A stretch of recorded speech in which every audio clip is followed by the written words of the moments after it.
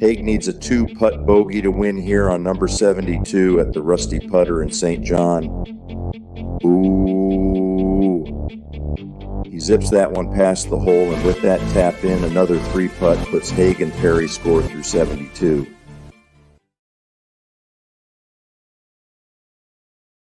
Life. One of them is run for office, and we're leading off with Maxim, which was my first subscription besides Sports Illustrated for Kids. It's quite the spectrum there. Maxim. Well, I'll tell you this: the publisher of that book, the founder of Maxim, wrote one of the best business books I've ever read. It's called How to Get Rich. Oh, everyone wants to do that. And unlike a lot of these books that you read about business and whatnot, where you've got the ideas and you're giving it to an author who actually writes it, because he was a writer, he starts out the book by telling you, I wrote every single word in this book. That's pretty cool. So it's a great book, How to Get Rich. On the topic of Maxim and other things, I did see Larry Flint Hustler Club did offer T. Swift and Kelsey $1 million to come party after the win. That's it? Did they do it? Probably not. No, I doubt it. What's $1 million to T. Swift? Exactly. Or even to Kelsey, right? Like you get, what are you going to get? You're one of the $9 rubber steaks and riding that nasty ass Hummer. Yeah, but knowing Swift's background, right, with the guys, I was thinking if I was Kelsey, I'd probably take the $1 million, right? Just get right the wave. A little bit of planning. Little foresight. Well, we're back. We got Tony in the house. We do have Tony Minadero here. Two Tonys. We actually got Tony and Adam in the same room for the first time. This is unbelievable. It's taken us almost a long year. overdue. Yeah. But hey, welcome Rusty Putter 2.0. I got to eat a little crap on the Super Bowl pick there. Adam is all Chiefs. I thought the Niners had it. Literally thought the Niners had it the whole day. Scrolling through FanDuel and all right, cash out. Now I'm riding this thing out. And didn't work. Good thing the table tennis series paid off. Table tennis. Oh man, the Perri boys and our brother-in-law Trent have we got a strategy on that one. Oh yeah, nearly as good as a strategy we're going to talk about here in a minute about how to make $40 an hour. So Super Bowl, pretty good game. Great game. Started out slow, like what the heck's going on here, and then turned up.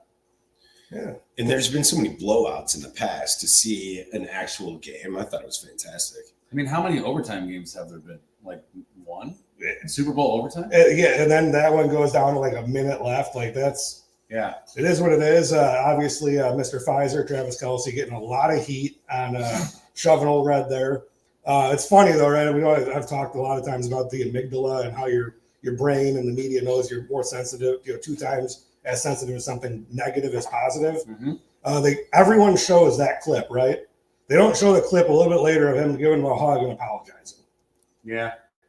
That's not sensational. I'm not correct. It's just like all for clicks, right? And it's like, oh, look at this guy. He shoved look what Michael Jordan has done. Like getting in Phil Jackson, like punching Steve Kerr in the face. Like, you're going to be worried about like some guy who's whatever, 6'8", 255 pounds, playing for one of the most, whatever you want to call it, rare or highest achievements in sport, and he bumps the coach a little bit because they aren't throwing him the ball. Like, I don't know, man. I saw wife beater out of it. That's all. Oh, you did? Yeah. Right. So like he hugged afterwards and made up, and like they feel like it's gonna happen again. It's gonna happen again. You got to get out of this relationship. You got to get an order of protection. Exactly. Get it. Order of protection. Sell the house. We're moving across. Gotta get away. We can get you some financing, get you something nice in another state. We will help you out, Taylor Swift. If I think everybody out of that, all I got is everybody needs a new house. That's all exactly right. Kelsey and Swift should probably get one together. Reed needs to get one away from Kelsey. Protective order. Mahomes can do whatever he wants. He's got Mahomes, right? So he's got all the State Farm backing there. Is Mahomes' helmet bigger to keep his hair in there? It looks bigger. Is that because it looks like where the ear things would be are like behind it, like it's like riding like on his head. Like, you know how sometimes you see the women ride the bicycles, right? And they don't want to mess their hair up too much, but they have that helmet on, and it's kind of just like sitting up there. I don't know, man. I was feeling like that's like Mahomes. I'm not much of a football player, so I pay attention to that. You're talking to the wrong guy about like hair and helmets and stuff, but high potential there. Anyways, that's what I got out of that. All right, so we got Super Bowl. That all happened. Now it comes into the boring season for NFL here a little bit. We got a 2-week doldrum before March Madness. Yeah, Bears obviously is what Caleb Williams thing. I don't really We don't have a doldrum. We have the Daytona 500 coming up here. That's people. true. Let's hear about this, Tony. I really don't know because I haven't followed NASCAR much, but it's Speed Weeks in Daytona right now. Cool. Which, if you are into racing at all, you should try to catch some races at New Smyrna Speedway. New Smyrna is just south and east of Daytona. They have, I believe, it's a 3rd-mile track, which that type of racing is actually a lot more exciting than the big super speedway. I've got a bunch of friends down there right now. It seems like there'd be a lot more bumping and rumbling. There is. And, a lot of the guys who aren't quite NASCAR but are phenomenal racers are down there this week. That's cool. Racing at New Smyrna. And then I think the 500 is this weekend, which is going to be probably just another really big parade. But it gives you something to watch. Is NASCAR still like the biggest industry for sports? Like, I know it was for a while. It's really taken a hit, and largely because things like this, their football's Super Bowl is at the end of the year. Like most stick and ball sports thing, it's at the end. Like our Super Bowl is we start out with our Super Bowl, which is like the Daytona 500, but it's a really boring race. So if you were to tell somebody, hey, you should get into stock car racing, and you see that as your first race, you're going to be like, this is snooze fest. This is the most boring thing ever. Like, you're never going to watch it again. But if you have nothing else to watch this weekend, and then try to catch some races at New Smyrna. All right. So New Smyrna, is that like still stock car stuff on street, or is it an outlaw dirt track? It's stock cars. It's a paved asphalt oval. The cars are going to look very similar to like a NASCAR car. They are lighter, a little bit less horsepower, but they have a lot more freedom with the rules and things that they can do. So I think that there's a lot more innovation in it. That's cool. So it's not sterilized. Exactly. And the drivers don't have gazillion-dollar sponsorships. So it's not every word that comes out of their mouth is scripted, or they're watching what they say. So it's more real. Yeah. So tempers will flare. You'll see a lot more innovation. Dale Earnhardt, Tony Stewart unplugged type stuff. Exactly. Exactly. It's like to watch NASCAR with a guy who understands it, because I thought it was stupid. And then I went to Talladega, and the guy gave me the headphones, and like, you're listening, and you realize like they're playing chess. Like, should I change my tire out, or do you think we can get another like lap out of this fuel? Like, it's way more involved than like on the surface. There's a lot to it, and that's why they've got engineers sitting right now. Laptop is the #1 tool. Right? I mean, everybody, you've got the good teams will have 3 guys with laptops sitting and up they're looking at all the levels. They're looking at everything that you can possibly gauge, right? And then, you've got a spotter up in the stands, and then that spotter today usually has a guy with a laptop next to him, logging stuff in. So it's crazy. That is crazy. I think one day we're all going to be like just either racing or competing our computers against each other. Well, they have like a drone racing league and all that other stuff already, so no surprise there. Like, Tony, you've probably driven stock car a few times. Adam, you ever do like the Rusty Wallace? I haven't. That thing will beat your ass. It would scare me. I don't know. Well, on to let's talk about something that kind of goes with football, maybe Daytona 500. Well, actually, it does fit perfectly with Daytona, since that's Pooter's Daytona. It all plugs in, right? So we did lead this episode off with how to be, don't be a chicken wing. Ain't no thing but a chicken wing, right? How can we make $43 an hour by ordering chicken wings? Wow. That's a perplexing question, right? Like, I like chicken wings. I like chicken wings. Don't you like chicken wings? And I love chicken wings. I'm not a boneless guy either. I want the You want the real one. Yeah. Get the hands all dirty. Chicken wing. You don't want the the chicken that's chopped up and put together with that pink slime that holds all the McDonald's stuff back together.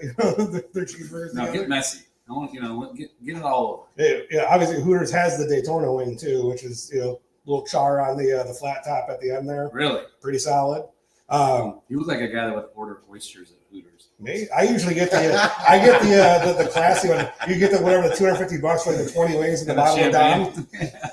Megan, we're going out for Valentine's Day. We're gonna get ourselves some wings and some champagne. We should. We're going to lunch today. I should throw up that offer at Perfect. Hooters. How can we make money? Well, if this is how we're going to make money, all right, instead of you going on Grubhub and trying to have that delivered to your house, I'll just show up and do it for you for $43 extra. And sing and dance for us? I mean, I could probably, we'll figure it out. I got a Okay. 3-year-old. I'll send Holden over there. He could do that for you. But obviously, so all three of us live St. John, right? Little varying different part. Well, Tony and I live a little closer than Adam, but there is a Hooters on 30 and 41, right? Yeah. So I was like, clicking around, right? Everyone loves sports. Everyone loves wings. Like, hey, I'm going to go on Grubhub here real quick and order 20 wings. I love 3 Mile Island. I like spicy stuff. So 3 Mile Island's my jam. Burn me up. Tone, what's your sauce? 3 Mile Island. 3 Mile. Beautiful. Really? All right, so 3 Mile Island, some hot sauce, curly fries, and then because you don't get this body by not eating pretzels and cheese, Yeah, you little gotta get pretzel those and cheese carbs. appetizer, Carb right? load. Go on Grubhub, try to order it, right? The first thing I'm hit with is I can't order the system does not want me to order the 20-piece wing. It wants me to order 2 10-piece wings. Okay, so there you're losing money there. Correct, because Grubhub marks up the base price. So now I have two items, mark it up twice, right? Go through, I'm like, all right, want to add the pretzels, all that stuff.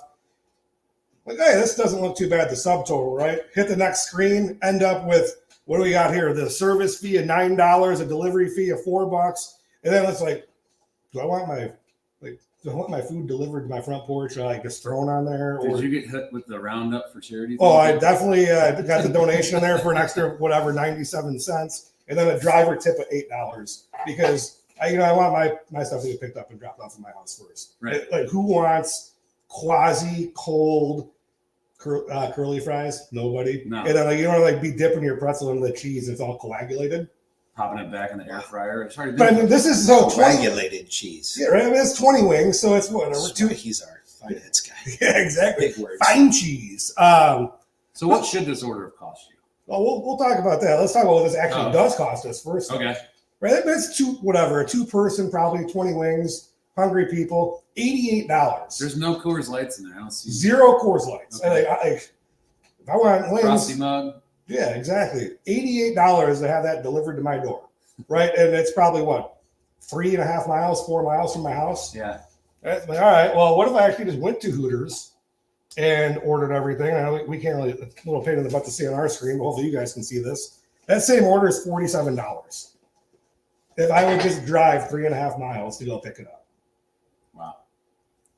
What in the hell is going on?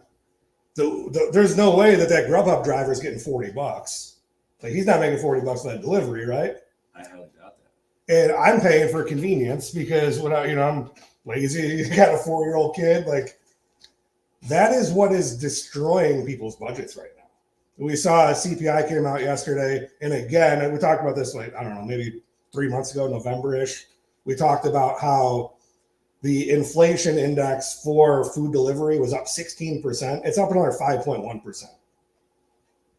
When you want to buy a house in this market, you have prices that are still pressed up a little bit. Interest rates, right?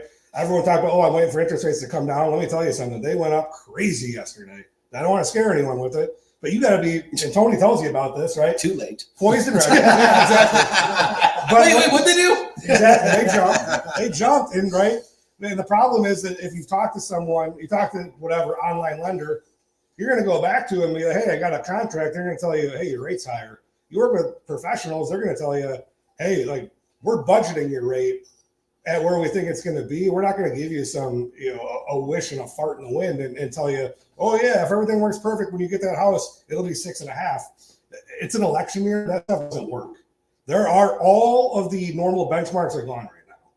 And all of us have worked through the industry through election years. We've seen some of the craziest movement ever. There's a guy that doesn't have elections. Yeah, look at it. That is a great place for for an election year. Stability. Exactly. I guess. So how do $40 an hour though, right? Essentially, that $40 difference there. That's $85,000 a year if you do that 40 hours a week. Now it's not reasonable, but if you do that 4 or 5 times a week, it's an extra $200, $300 out of your budget weekly. Then that's net, right? So factor in taxes, everything else, that could quickly escalate to almost $400 a week. Yeah. Like that habit gets out of control. I did the same thing. I didn't want to put a small local coffee shop on blast on it, but there's one up the street, across the street from your old office. And one time I had a mean hangover. I ain't gonna lie. I'm like, I can't go get coffee. I need it delivered here. And it was $44 to get coffee and 3 bagels delivered to my house. Well, I mean, convenience, right? Yeah, we pay a lot for the convenience. I don't know what Instacart costs. You probably see these things as I don't do the shopping, but I feel like I'm like, that has to be, there's no way somebody's going and getting this stuff, driving it to her house, and that's not costing money, right? And Brandy always says, I'm like, no, it's like the same. There's no way that's the same, it's not. Especially if you weren't doing anything. Yeah. Right. If you weren't doing anything, right, there's the adage about like, you know, when you're making money or when you're self-employed, you have to like value your time. What is the time? What is your value per hour per person? They say, don't perform tasks that are worth less than what you're worth per hour. And many of us have heard that. All right. However, within reason, if you're not doing anything with your time, right, go get the chicken wings. If you're not doing anything with your time, go get the groceries. That's what the wealthy people that I know do, right? Even though, they make more per hour than the Instacart guy would, but they're just sitting around anyways. They can figure out a way to go do it. I think largely what it comes down to is you harp on this because you see people's bank statements. And I think most people, the vast majority of people, don't really look at their bank statements, don't really look at their credit card statements. Why do you think that is? Fear. Yeah, I think you're right. I don't want to know. I just don't want to see it as and it becomes convenience, right? Like you just have it on your app, but you're not actually looking, right? When you go to Chase or at whatever online banking app, you only see your balance. You don't see your transactions, right? Like you don't see where all this is going.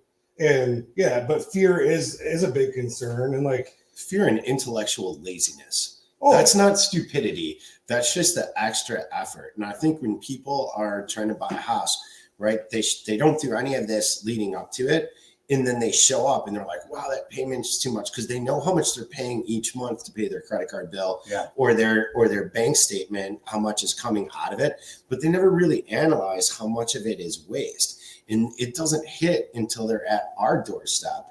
And then it's, the house is too much. Well, no, the house isn't too much. If we reel this back a little bit and start planning now and take that difficult day, and it's only going to be a few hours out of a day where we say, okay, let's take a look at where we're really spending the money.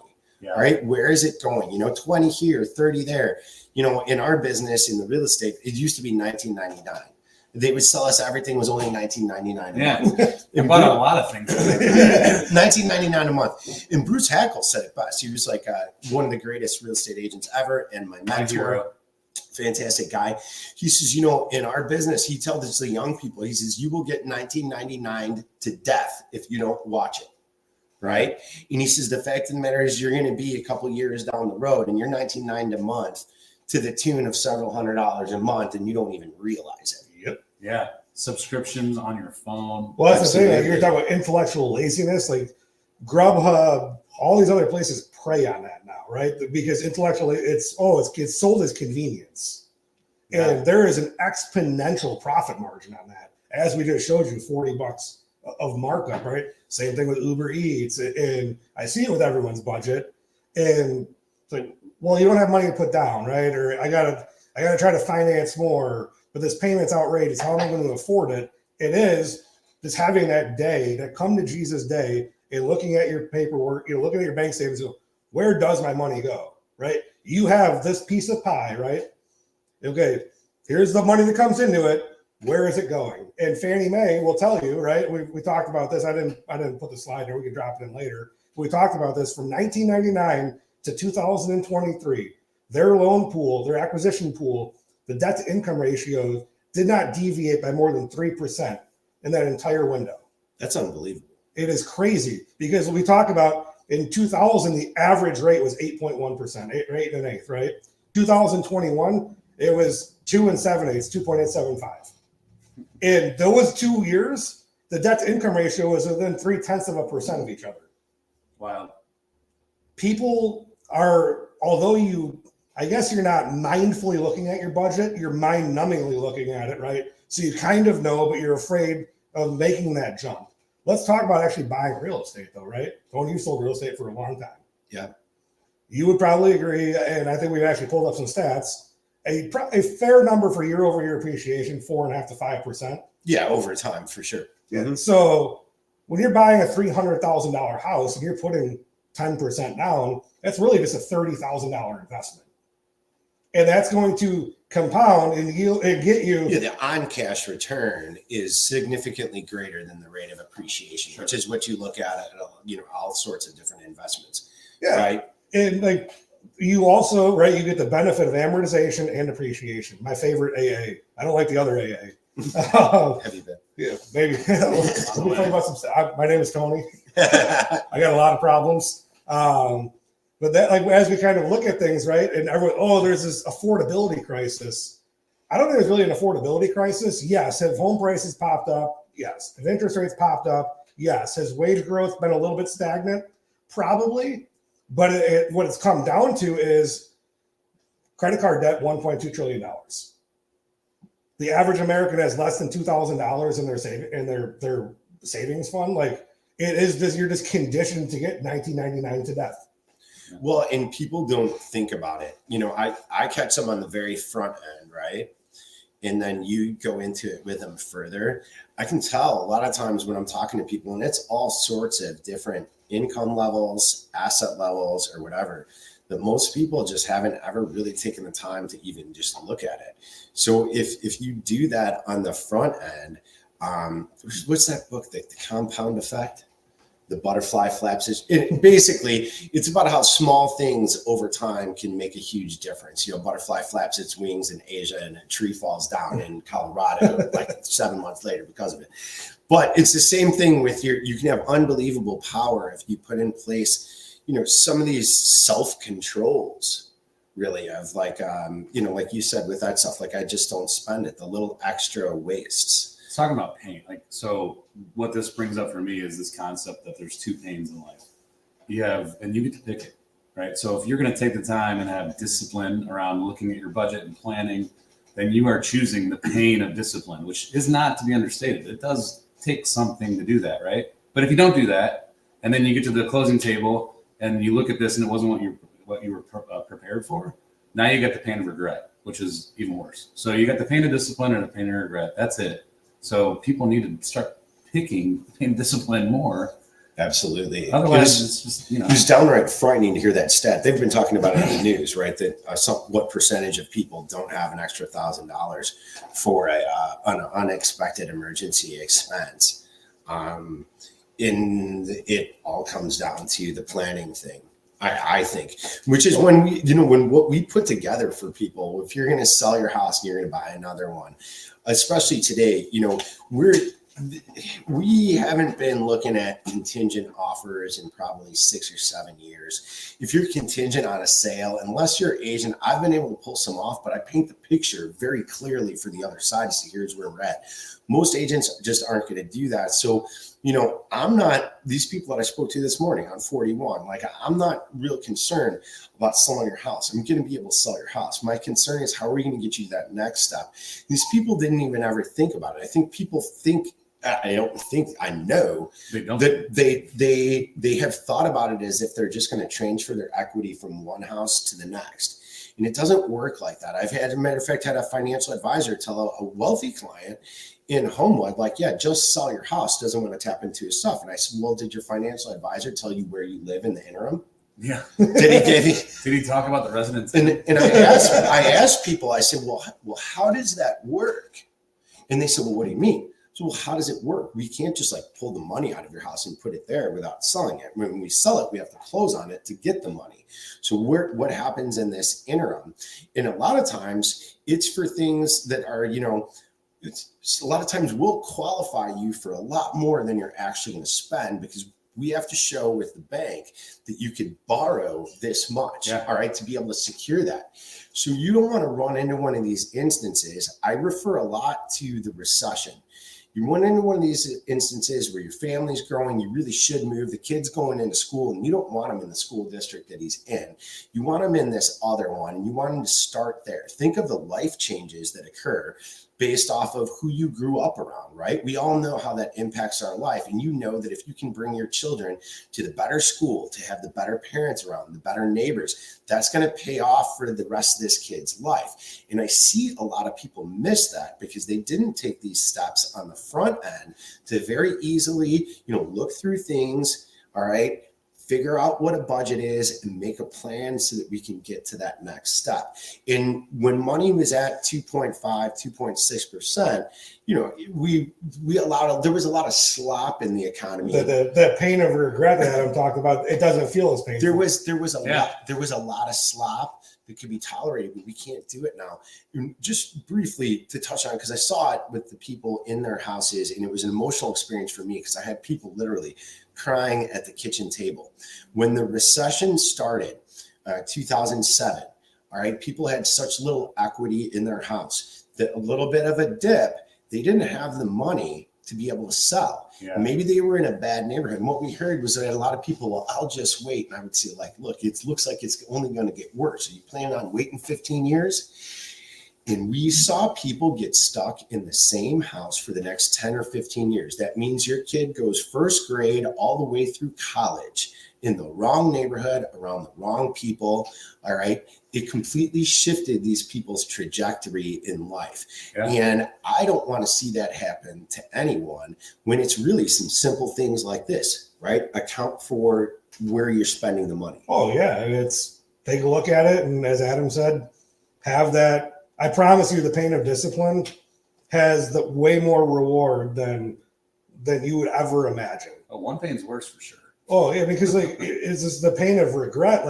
It just spirals. That's the one thing that just multiplies, right? All of a sudden I didn't do this. Now my credit score's tanked. Now my car loans are higher. My credit cards are higher. Trying to buy a house there. Then I end up in the wrong or unable to get out of an area because my family situation's changed. That's why people move, right? You're moving because your family situation changed or your employment situation has changed. The average consumer, which is 92% of people, right? Mm-hmm. So how do we get out of that? Well, we just have to look at it. We don't charge. It's like the other thing that's scary, right? We talked about, you and I, about buying the house, financing the house. All of a sudden you get that budget, right? And now you're starting to look at where I can save pennies. And then they call Adam and say, hey, I want to save pennies. And Adam goes, we are not going to put you in a situation where your most valuable asset, your home, is not properly insured. And then you end up in that cycle of regret, right? Because, hey, I'll burn this candle at the end for a little bit longer. And then all of a sudden, whatever, lightning strikes your house or something completely crazy. And now it's regret times 10. Yeah. Woo. So yeah, we're sad. Have a budget. How about have a budget? Well, have a plan. Have an emergency fund. How about that? And I think that you could, obviously you can call Adam's office, you can call me, you can call Tony. We're not going to charge you money to help you improve your financial situation so that you can improve your real estate situation, your net worth, your financial situation, right? I have a budget worksheet. No one ever wants to fill it out. It's crazy. Well, how many times have I put somebody in touch with you just in there? I know that you're not qualified. Now, a lot of times I think people feel like they have to be qualified. Now, I get it. We've been in some form of financial or money industries for a long time, the three of us. So I think we have a tendency to forget.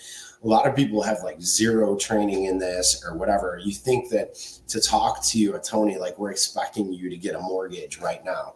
That's not the case. I tell people, one of the reasons you want to go to him is he's used to seeing somebody's financial perspective, the whole thing from a 30,000 foot view. Guys who have the experience doing this are the perfect people to help you put together the blueprint to get to there. All right. We don't expect that people will know what to do or know what it needs to look like. I always tell people they think, the mortgage guy's going to look for this. And then they spend 9 months or a year and a half trying to do what they thought was going to look good. And they did the wrong thing. Whereas they would have cut out a lot of waste of time if they just, we don't do business with every person that we talk to. And it's a part of our business. Yeah. All right. So if you can utilize us to get the stuff in front of us and we can see here's where you're at, you want to go here, You need to do this. You need to do that. You need to do the next, especially with the self-employed guys. All right. We've seen when you're self-employed, you can take a lot more deductions than the regular guy, but that's going to make and you take those deductions so you don't pay the taxes. But there needs to be a balance there. And you won't know what the lenders are looking for, right? Unless you're a lender. So get with a lender on the front end and let them see, here's about how much deductions that I take. Where do I really need to be so that you're not overspending on taxes, all right? But you're spending the right amount to get you where you need to be. Yep. Myself, I've had years in the past where there were deductions that I could have taken, but I didn't take them because I don't want to be in an instance in which the right property pops up and I don't qualify for it.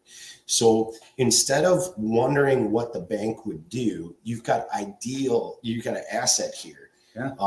Go to them and be like, what will they do? What do I need to do? Your accountant doesn't understand mortgages. I've had conversations with my own accountant. I've had conversations with, listen, this stuff doesn't make sense. I understand it doesn't make sense, but I didn't write Fannie Mae and Freddie Mac's rules. I'm also not in government conservatorship.